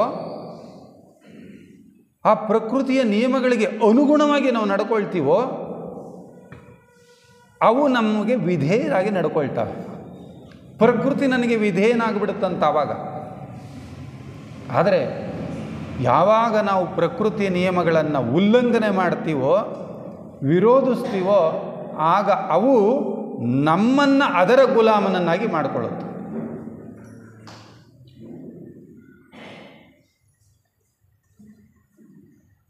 ಅದಕ್ಕೆ ಆ ಕವಿ ಹೇಳ್ತಾನೆ, ನೀನು ವಿಧೇಯನಾಗಿ ನಡ್ಕೊಳ್ಳೋದ್ರಿಂದ ಅವುಗಳನ್ನು ನೀನು ಗೆಲ್ಲಬಹುದು. ಅವು ಅನುಲ್ಲಂಘನೀಯವಾದವು. ಪ್ರಕೃತಿ ನಿಯಮಗಳಿದ್ದಾವಲ್ಲ, ಅವು ಅನುಲ್ಲಂಘನೀಯವಾದವು. ಅವುಗಳನ್ನು ನೀನು ಉಲ್ಲಂಘಿಸಿ ತಪ್ಪಿಸಿಕೊಳ್ಳಲಿಕ್ಕೆ ಸಾಧ್ಯ ಇಲ್ಲ ಅಂದರು.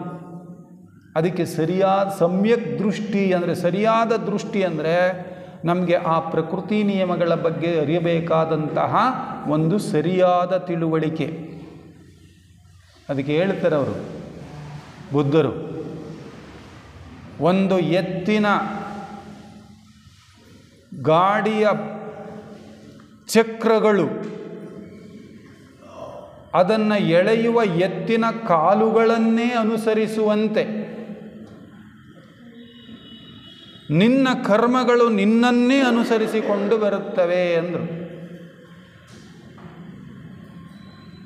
ಆ ಗಾಡಿ ಹೋಗ್ತಾ ಇದ್ದರೆ ಆ ಚಕ್ರಗಳು ಯಾವುದನ್ನು ಅನುಸರಿಸುತ್ತವೆ ಅಂದರೆ, ಆದರೆ ಆ ಎಳಿತಾ ಇರ್ತಕ್ಕಂಥ ಎತ್ತಿನ ಕಾಲುಗಳ ಹೆಜ್ಜೆ ಗುರುತಿದೆಯಲ್ಲ, ಅದನ್ನೇ ಅದು ಅವಲಂಬಿಸ್ಕೊಂಡು ಹೋಗುತ್ತೆ, ಬೇರೆ ಹೋಗೋಕ್ಕೆ ಸಾಧ್ಯ ಇಲ್ಲ. ಹಾಗೆಯೇ ನಿನ್ನ ಕರ್ಮಗಳು ನಿನ್ನನ್ನು ಹುಡುಕೊಂಡು ಬರುತ್ತೆ. ಅದಕ್ಕೋಸ್ಕರ ಈ ಪ್ರಕೃತಿ ನಿಯಮಗಳ ಬಗ್ಗೆ ನೀನು ಸರಿಯಾದ ಅರಿವನ್ನು ಮಾಡಿಕೊಳ್ಳೋದಿದೆಯಲ್ಲ, ಅದೇ ಸಮ್ಯಕ್ ದೃಷ್ಟಿ ಅಂತ ಹೇಳಿದ್ರೆ. ಇನ್ನು ಸಮ್ಯಕ್ ಸಂಕಲ್ಪ ಅಂದರು. ಏನು ಸಮ್ಯಕ್ ಸಂಕಲ್ಪ ಅಂದರೆ? ಸರಿಯಾದ ಯೋಚನೆ, ಸರಿಯಾದ ಆಲೋಚನೆ. ಸಮ್ಯಕ್ ಸಂಕಲ್ಪ ಅಂದರೆ so a thought reap an action, so an action reap your character, so your character and reap your conduct, so your conduct and reap your fortune ಅಂತನೊಬ್ಬ ಮಹಾಶಯ. ಆಲೋಚನೆಗಳೆಂಬ ಬೀಜವನ್ನು ಬಿತ್ತು ಕಾರ್ಯ ಎಂಬ ಫಸಲನ್ನು ಪಡ್ಕೊಳ್ತೀಯ. ಕಾರ್ಯ ಎಂಬ ಬೀಜವನ್ನು ಬಿತ್ತು ನಿನ್ನ ನಡತೆ ಎಂಬ ಫಸಲನ್ನು ಕೊಯ್ಕೊಳ್ತೀಯ. ನಡತೆ ಎಂಬ ಬೀಜವನ್ನು ಬಿತ್ತು ಸ್ವಭಾವ ಎಂಬ ಫಸಲನ್ನು ಪಡ್ಕೊಳ್ತೀಯ. ಸ್ವಭಾವ ಎಂಬ ಬೀಜವನ್ನು ಬಿತ್ತು ಅದರ ಮೂಲಕ ನಿನ್ನ ಅದೃಷ್ಟ ಎಂಬ ಫಲವನ್ನು ನೀನು ಪಡೆದುಕೊಳ್ತೀಯ. ಅದಕ್ಕೆ ಯಾವುದು ಸರಿಯಾಗಬೇಕು? ನಮ್ಮಲ್ಲಿ ಯಾವುದು ಸರಿಯಾಗಬೇಕು? ಆಲೋಚನೆಗಳು ಸರಿ ಹೋಗಬೇಕು. ಅದಕ್ಕೆ ಸದಾ ಕಾಲ ಸಮ್ಯಕ್ ಆಲೋಚನೆಗಳನ್ನು ಮಾಡಿ, ಸದಾಲೋಚನೆಗಳನ್ನು ಮಾಡ್ತಾ ಇರಿ. ಆ ಯೋಚನೆಯೇ ನಮ್ಮನ್ನು ನಿರ್ಣಯ ಮಾಡ್ತಕ್ಕಂಥದ್ದು. ಯದ್ಭಾವಂ ತದ್ಭವತಿ. ನಿನ್ನ ಭಾವನೆಗಳು ಯೋಚನೆಗಳೇನಿದೆಯೋ ಅದೇ ನಿನ್ನನ್ನು ನಿರ್ಮಾಣ ಮಾಡ್ತಕ್ಕಂಥದ್ದು. ಆದ್ದರಿಂದ ನೀನು ಸದಾ ಕಾಲ ಸದಾಲೋಚನೆಗಳನ್ನು ಮಾಡ್ತಾ ಇರು ಅಂತ ಹೇಳು. ನಂತರ ಸಮ್ಯಕ್ ವಾಕ್ ಅಂದರು. ಸಮ್ಯಕ್ ವಾಕ್ ಅಂದರೆ ನಿನ್ನ ಮಾತುಗಳು ಹೇಗಿರಬೇಕು? ಸರಿಯಾಗಿರಬೇಕು. ಅಂದರೆ ಸರಿಯಾಗಿರಬೇಕು ಅಂದರೆ ಹೇಗೆ? ಸರಿಯಾಗಿರಬೇಕು ಅಂದರೆ ಹೇಗೆ? ಅದು ಸತ್ಯವಾಗಿರಬೇಕು, ಅದು ನೋಯಿಸುವ ಶಕ್ತಿಯನ್ನು ಕಳೆದುಕೊಂಡಿರಬೇಕು, ಅದು ಇತರರಿಗೆ ಪ್ರಯೋಜನವನ್ನು ಉಂಟು ಮಾಡುವಂತಹ ರೀತಿಯಲ್ಲಿ ಅದು ಇರಬೇಕಾಗ್ತದೆ. ಹಾಗಿದ್ದರೆ ಮಾತ್ರ ಅದು ಸರಿಯಾದ ಮಾತು ಅಂತ. ಹಾಗಿದ್ದರೆ ಅದು ಸರಿಯಾದ ಮಾತು. ಇದರಲ್ಲಿ ಯಾವುದಾದ್ರೂ ಒಂದು ಕ್ವಾಲಿಟಿ ಅದರಲ್ಲಿ ಇಲ್ಲ ಅಂದರೆ ಅದು ಸರಿಯಾದ ಮಾತಾಗೋದಕ್ಕೆ ಸಾಧ್ಯ ಇಲ್ಲ. ಅದು ಸರಿಯಾದ ಮಾತಲ್ಲ. ಇದರಲ್ಲಿ ಯಾವುದಾದ್ರೂ ಒಂದು ಕ್ವಾಲಿಟಿ ಇಲ್ಲದೇ ಇದ್ದರೂ ಕೂಡ ಆ ಮಾತನ್ನ ನೀನು ಆಡಬೇಡ ಅಂತ. ಆನಂತರ ಸಮ್ಯಕ್ ಕಾರ್ಯ. ಯಾವಾಗ ಸಮ್ಯಕ್ ದೃಷ್ಟಿ ಇದ್ದು, ಸಮ್ಯಕ್ ಸಂಕಲ್ಪ ಇದ್ದು, ಸಮ್ಯಕ್ ವಾಕ್ ಇದ್ದರೆ ಮುಂದಿಂದು ಸಹಜವಾಗಿ ತಾನೇ ಅದು ಘಟಿಸುತ್ತೆ. ನೋಡಿ ಹೆಂಗಿದೆ ನಮ್ಮ ವಾಕು ದೃಷ್ಟಿಯಲ್ಲಿ ಮಾತನಾಡಿದ್ರೆ ಅಂದರೆ, ಆ ಸಂಕಲ್ಪಕ್ಕೂ ವಾಕಿಗೂ ಹೆಂಗಿದೆ ಸಂಬಂಧ ಅಂದರೆ, ನಮ್ಮನೆ ಮಗು ಏನೋ ಒಂದು ತಪ್ಪು ಮಾಡಿ ಬರುತ್ತೆ. ಆಗ ನನ್ನ ಮಗುನ ನನ್ನದೇ ಮಗು ಅನ್ನುವಾಗ ಹಾಗೆ ಮಾಡಬಾರ್ದು ಚಿನ್ನು ಅಂತೀವಿ. ಅದೇ ತಪ್ಪನ್ನು ಪಕ್ಕದ ಮನೆ ಮಗು ಮಾಡಿದ್ರೆ ಗೊತ್ತಾಗಲ್ವೇನ ಕತ್ತೆ ಅಂತೀವಿ. ಅದೇ ವಯಸ್ಸಿನ ಮಗು ಬೇರೆ ಮನೆ ಮಗು ತಪ್ಪು ಮಾಡಿದ್ರೆ ಮಾಡಬಾರ್ದು ಕಣೋ ಕತ್ತೆ ಅಂದ್ವಿ. ಅದೇ ತಪ್ಪನ್ನು ನನ್ನ ಮಗು ಮಾಡಿದ್ರೆ ಹಾಗೆ ಮಾಡಬಾರ್ದು ಕಣೋ ಚಿನ್ನು ಅಂದ್ವಿ. ನೋಡಿ, ಆ ಎರಡು ಮಾತುಗಳು ಬರೋದಕ್ಕೆ ಕಾರಣ ಯಾವುದು? ಹಿಂದಿನ ಭಾವನೆ ಕಾರಣ. ಅದು ನನ್ನ ಮಗು ಅನ್ನೋ ಭಾವನೆ ಚಿನ್ನು ಅಂತ ಕರೆಸ್ತು. ಇದು ಬೇರೆ ಮನೆ ಮಗು ಅನ್ನೋ ಭಾವನೆ ಶಬ್ದನ ಬೇರೆ ಮಾಡಿಸ್ತು. ಅದಕ್ಕೆ ಆ ಸಮ್ಯಕ್ ಸಂಕಲ್ಪ ಅನ್ನೋದಿದೆಯಲ್ಲ, ಅದು ಬಹಳ ಮುಖ್ಯವಾಗಿರ್ತಕ್ಕಂಥದ್ದು. ಅದು ಎಷ್ಟು ಮುಖ್ಯ ಅಂದರೆ, ನಮ್ಮಲ್ಲಿ ಅದೇ ಒಂದು ಪುಟ್ಟ ಗ್ರಂಥವೂ ಕೂಡ ಇದೆ. ಯೋಚನೆಗಳ ವೀರ್ಯವತ್ತಾದ ಪ್ರಭಾವ ಮತ್ತು ಉಪಯೋಗ ಅನ್ನುವಂಥ ಒಂದು ಪುಟ್ಟ ಪುಸ್ತಕ. ಎಷ್ಟು ಪುಟ್ಟ ಪುಸ್ತಕ ಅಂದರೆ, ನೀವು ನಿಮ್ಮ ಜೇಬ್ನಲ್ಲಿ ಇಟ್ಕೊಂಡು ಒಟ್ಟು ಪುಟ್ಟ ಪುಸ್ತಕ. ನಿಜವಾಗ್ಲೂ ಅದರ ಅಗಾಧತೆ ಎಷ್ಟು ಅಂದರೆ ನಾವು ಅದನ್ನು ವರ್ಣನೆ ಮಾಡಲಿಕ್ಕಾಗಲ್ಲ. ಅಷ್ಟು ಅಗಾಧವಾದ ಪುಸ್ತಕ ಅದು. ಅದನ್ನು ಓದಿದ್ರೆ ನಮ್ಮ ಯೋಚನೆಗಳನ್ನು ನಾವು ಯಾವ ರೀತಿ ರೂಢಿಸ್ಕೋಬೇಕು ಅಂತಕ್ಕಂಥದ್ದು ನಮಗೆ ಗೊತ್ತಾಗುತ್ತೆ. ಸೊ ಮುಂದಿಂದು ಸಮ್ಯಕ್ ಕಾರ್ಯ ಅಂದರೆ ಒಳ್ಳೆಯ ಕಾರ್ಯಗಳು. ಒಳ್ಳೆಯ ಕಾರ್ಯ ಅಂದರೆ ಯಾವುದು ಅಂತ ನಾವು ಅರ್ಥ ಮಾಡ್ಕೊಳ್ಳೋದಾದರೆ, ಒಂದೇ ಮಾತಿನಲ್ಲಿ ಅದನ್ನು ಹೇಳಬೇಕು ಅಂದರೆ, ನಮ್ಮ ಯಾವ ಕೆಲಸದಿಂದ ನನಗೂ ಮತ್ತು ಇತರರಿಗೂ ಶ್ರೇಯಸ್ಸು ಉಂಟಾಗೋದಿದ್ದರೆ ಅದು ಮಾತ್ರ ಸರಿಯಾದ ಕೆಲಸ. ಅದು ನನಗೂ ಶ್ರೇಯಸ್ಸನ್ನು ಉಂಟು ಮಾಡಬೇಕು, ಇತರರಿಗೂ ಶ್ರೇಯಸ್ಸನ್ನು ಉಂಟು ಮಾಡಬೇಕು. ಅಂಥ ಕಾರ್ಯ ಆಗಿದ್ದರೆ ಮಾತ್ರ ಅದು ಸರಿಯಾದ ಕಾರ್ಯ ಅನ್ಕೋಬೋದು. ಸಮ್ಯಕ್ ಕಾರ್ಯ ಅಂತ. ಸಮ್ಯಕ್ ಆಜೀವ. ಸುಮ್ಮನೆ ನಾನು ಇಡೀ ದಿನದ ಒಂದು ವಿಚಾರಗಳನ್ನ ಒಂದು ಪಕ್ಷಿ ನೋಟುತ್ತಾರೆ. ಸಮ್ಯಕ್ ಆಜೀವ ಅಂದರು. ಏನು ಸಮ್ಯಕ್ ಆಜೀವ ಅಂದರೆ, ಸರಿಯಾದ ಜೀವನೋಪಾಯ. ಜೀವನಕ್ಕೆ ನಾವು ಅನುಸರಿಸಬೇಕಾದಂಥ ಒಂದು ವೃತ್ತಿ. ಅದಕ್ಕೆ ಇದೇ ವೇದಿಕೆಯಲ್ಲಿ ನಮ್ಮ ಹಿರಿಯ ಸೋದರ ಕೆ.ಬಿ. ಹನುಮಂತರಾಯರು ಒಂದು ಸುಂದರವಾದ ದೃಷ್ಟಾಂತವನ್ನು ಕೊಡ್ತಾಯಿದ್ರು, ಒಂದು ಉದಾಹರಣೆಯನ್ನು. ಅದೀಗ ನನಗೆ ನೆನಪಿಗೆ ಬರ್ತಿದೆ ನೋಡಿ. ಆ ಸಮ್ಯಗ್ ಆಜೀವ ಅನ್ನೋದು ಎಷ್ಟು ಮುಖ್ಯ ಅನ್ನೋದಕ್ಕೆ ಒಂದು ಘಟನೆ. ಒಬ್ಬ ಬ್ರಾಹ್ಮಣ ದಂಪತಿಗಳು ತುಂಬ ಬಡತನ, ತನ್ನ ಮಗನನ್ನು ಕಾಶಿಗೆ ಕಳಿಸಿದಾರಂತೆ. ವಿದ್ಯಾಭ್ಯಾಸವನ್ನು ಮಾಡಿಕೊಂಡು ಸರ್ವಶಾಸ್ತ್ರ ಪಾರಂಗತನಾಗಿ ಬಾರಪ್ಪ ಅಂಥೇಳಿ ಕಾಶಿಗೆ ಕಳಿಸಿದ್ದಾರೆ. ಕಾಶಿಗೆ ಹೋಗಿದ್ದಾನೆ ಮಗ. ಅವನ ಎಲ್ಲ ವಿದ್ಯಾಭ್ಯಾಸ ಮುಗಿದಿದೆ. ಅವನ ಗುರುಗಳು ಅವನನ್ನು, ಆಯ್ತಪ್ಪ ನೀನು ಕಲಿಯಬೇಕಾದ್ದೆಲ್ಲ ಮುಗಿದಿದೆ, ಇನ್ನು ನೀನು ಹೊರಡು ಅಂತ ಕಳಿಸ್ತಾರೆ. ಅವನು ವಾಪಸ್ ಬರ್ತಾ ಇದ್ದಾನೆ. ದಾರಿನಲ್ಲಿ ಹಿಂದೆಲ್ಲ ಈಗಿನ ಥರ ಬಸ್ಗಳೆಲ್ಲ ವ್ಯವಸ್ಥೆ ಇಲ್ಲ, ನಡ್ಕೊಂಡೇ ಬರಬೇಕು ಎಷ್ಟೋ ದೂರ. ಬರ್ತಾ ಇರುವಾಗ ರಾತ್ರಿ ಆಯಿತು. ಆಗ ಅತಿಥಿ ದೇವೋ ಭವ ಅನ್ನೋ ಸ್ಥಿತಿ. ಯಾರಾದರೂ ಬಂದರೆ ಅವರ ಅತಿಥಿ ಸತ್ಕಾರ ಮಾಡುವಂಥ ಸ್ಥಿತಿ. ಒಂದು ಮನೆಗೆ ಹೋಗ್ತಾನೆ ಇವನು. ಆ ಮನೆಯಲ್ಲಿ ಎಂಥ ಸ್ಥಿತಿ ಅಂದರೆ, ಊಟ ಮಾಡೋ ತಟ್ಟೆ, ನೀರು ಕುಡಿಯೋ ಲೋಟ ಎಲ್ಲ ಬರೀ ಬಂಗಾರನೇ ಅಂತ. ಅವ್ರ ಮನೇಲಿ, ನಮ್ಮ ಮನೇಲಿ ಆಟ ಸಾಮಾನುಗಳ ಥರ ಬಂಗಾರ ಎಲ್ಲ ಬೇಕಾದರೂ ಇದೆ. ಆಯಿತು, ಒಂದು ರಾತ್ರಿ ಊಟ ಆಯಿತು, ಮಲ್ಕೊಂಡಂತೆ ಅವನು. ಮಲ್ಕೊಂಡ ಮೇಲೆ ಅವನಿಗೊಂದು ಸರಿ ಅನ್ನಿಸ್ತಂತೆ, ನಮ್ಮ ಮನೆಯಲ್ಲಿ ಇವತ್ತು ನಾನು ಹೋದರೆ ನಮ್ಮ ಅಪ್ಪ ಅಮ್ಮ ತಿನ್ನೋಕ್ಕೂ ಒದ್ದಾಡ್ಕೊಳ್ಳೋ ಸ್ಥಿತಿ ಇದೆ. ಇವ್ರ ಮನೇಲಿ ನೋಡಿದ್ರೆ ಇಷ್ಟೊಂದು ಬಂಗಾರ ಬೆಳ್ಳಿ ಎಲ್ಲ ಇಷ್ಟೊಂದು ಕಸದ ಥರ ಬಿದ್ದಿದೆ, ಯಾಕೆ ನಾನು ಸ್ವಲ್ಪ ತೊಗೊಂಡು ಹೋಗ್ಬಿಡಬಾರ್ದು ಅಂತ ಅವನಿಗೊಂದು ಆಲೋಚನೆ ಬಂತು. ಸರಿ, ಅವನೇನು ಕಷ್ಟಪಡಬೇಕಾಗಲಿಲ್ಲ. ಅಲ್ಲಲ್ಲೇ ಕೈಗೆ ಸಿಕ್ಕಿದ್ದಂಥ ಒಂದಷ್ಟು ಬಂಗಾರವನ್ನು ಎತ್ಕೊಂಡು ಒಂದು ಗಂಟು ಕೊಟ್ಕೊಂಡು ಹೊರಟ. ರಾತ್ರಿ ಪುನಃ ಅವರ ಮನೆಯಿಂದ ಹೇಳ್ದೆ ಕೇಳಿದೆ. ಸರಿ, ಸ್ವಲ್ಪ ದೂರ ನಡೆದು ಆಯಾಸ ಆಯಿತು. ಆ ಗಂಟನ್ನು ಅಲ್ಲೇ ಹಿಡ್ಕೊಂಡು ಕೂತ್ಕೊಂಡಂತೆ. ಕೂತ್ಕೊಂಡು ಸ್ವಲ್ಪ ಹೊತ್ತಿಗೆ ಅವನೊಂದು ಆಲೋಚನೆ ಬಂತು. ನಮ್ಮ ಅಪ್ಪ ಅಮ್ಮ ನನ್ನನ್ನು ಕಾಶಿ ಕಳಿಸಿದ್ದೇನಕ್ಕೋಸ್ಕರ? ವಿದ್ಯಾಭ್ಯಾಸ ಮಾಡಿ ದೊಡ್ಡ ವಿದ್ಯಾವಂತನಾಗಿ ಶಾಸ್ತ್ರ ಪಾರಂಗತನಾಗಿ ಬಾ ಅಂತ. ಆದರೆ ನಾನೀಗ ಹೋಗುವಾಗ ಏನಾಗಿ ಹೋಗ್ತಾ ಇದ್ದೀನಿ? ಕಳ್ಳನಾಗಿ ಹೋಗ್ತಾ ಇದ್ದೀನಿ ನಾನು. ಅಯ್ಯೋ, ಯಾಕೆ ನನ್ನಲ್ಲಿ ಈ ಭಾವನೆ ಬಂತು? ನಮ್ಮಂತರ ಇದ್ರೆ ಏನು ಬರ್ತಿರಲಿಲ್ಲ, ಸುಮ್ಮನೆ ಇಟ್ಕೊಂಡು ಬರ್ತಿದ್ವಿ. ಅವನು ನಿಜವಾದ ಸಂಸ್ಕಾರ ಅವನಿಗೆ ಬಂತು. ಅವನು ವಾಪಸ್ ಬರಲಿಲ್ಲ. ಪುನಃ ಆ ಗಂಟು ಹೊತ್ಕೊಂಡು ಯಾವ ಮನೆಯಿಂದ ತೊಗೊಂಬಂದಿದ್ನೋ ಆ ಮನೆಗೆ ಹೋದ. ಅವ್ರಿಗೇನು ಯೋಚನೆ ಇಲ್ಲ ಇವನು ತಗೊಂಡೋಗಿರೋದ್ರ ಬಗ್ಗೆ, ಅವ್ರು ಆರಾಮಾಗಿ ಇದ್ದರು. ಅಯ್ಯೋ, ಯಾಕೆ ನೀವು ಕೇಳದೆ ಹೋಗ್ಬಿಟ್ಟಿದ್ದೀರಿ ಅಂತ ಅವರನ್ನು ಮತ್ತೆ ಸತ್ಕಾರ ಮಾಡ್ತಾ ಇದ್ದಾರಂತೆ. ಆದರೆ ಅವನೊಂದು ಪ್ರಶ್ನೆ ಕೇಳ್ತಿದ್ದಾನಂತೆ ಈ ಹುಡುಗ. ಏನಂದರೆ, ನನಗೆ ಮೊದಲು ನೀವು ಏನು ವೃತ್ತಿ ಮಾಡ್ತಾ ಇದ್ದೀರಾ ಹೇಳಿ. ಆ ಮನೆ ಒಡೆಯ ಹೇಳ್ತಾನೆ, ಅದೊಂದನ್ನು ಕೇಳಬೇಡ, ಅದೊಂದನ್ನು ನೀನು ಕೇಳಬೇಡ, ಇಲ್ಲ ನನಗೆ ಅದೇ ಬೇಕು. ಅವನು ಹೇಳ್ತಾನೆ, ನಾನು ಶ್ರೀಮಂತರ ಮನೆಯನ್ನೆಲ್ಲ ದೋಚ್ತೀನಿ, ಕೈಲಾಗಿರ್ತಕ್ಕಂಥ ದಾನ ಧರ್ಮನೂ ಮಾಡ್ತೀನಿ ಅಂದ. ಆವಾಗ ಇವನಿಗೆ ಅರ್ಥ ಆಯ್ತಂತೆ, ನನಗೆ ಯಾಕೆ ಕಳ್ತನ ಮಾಡೋ ಬುದ್ಧಿ ಬಂತು ಅಂದರೆ, ನಾನು ಹಿಂದಿನ ದಿನ ಇವ್ರ ಮೇಲೆ ತಿಂದಿದ್ದೀನಲ್ಲ ಅನ್ನ, ಆ ಅನ್ನ ಯಾವುದರಿಂದ ಬಂದಿರೋದು? ಕಳ್ತನದಿಂದ ಬಂದಿರೋದು.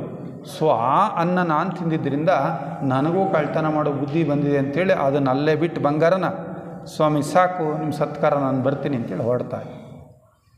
ಅದಕ್ಕೆ ಸಮ್ಯಗ ಜೀವ ಅನ್ನೋದು ಎಷ್ಟು ಮುಖ್ಯ ಅಂತ ನಾವು ಅರ್ಥ ಮಾಡ್ಕೋಬೇಕು. ಇನ್ನು ಸಮ್ಯಕ್ ಪ್ರಯತ್ನ, ಸರಿಯಾದ ಪ್ರಯತ್ನ ಅಂತಾರೆ.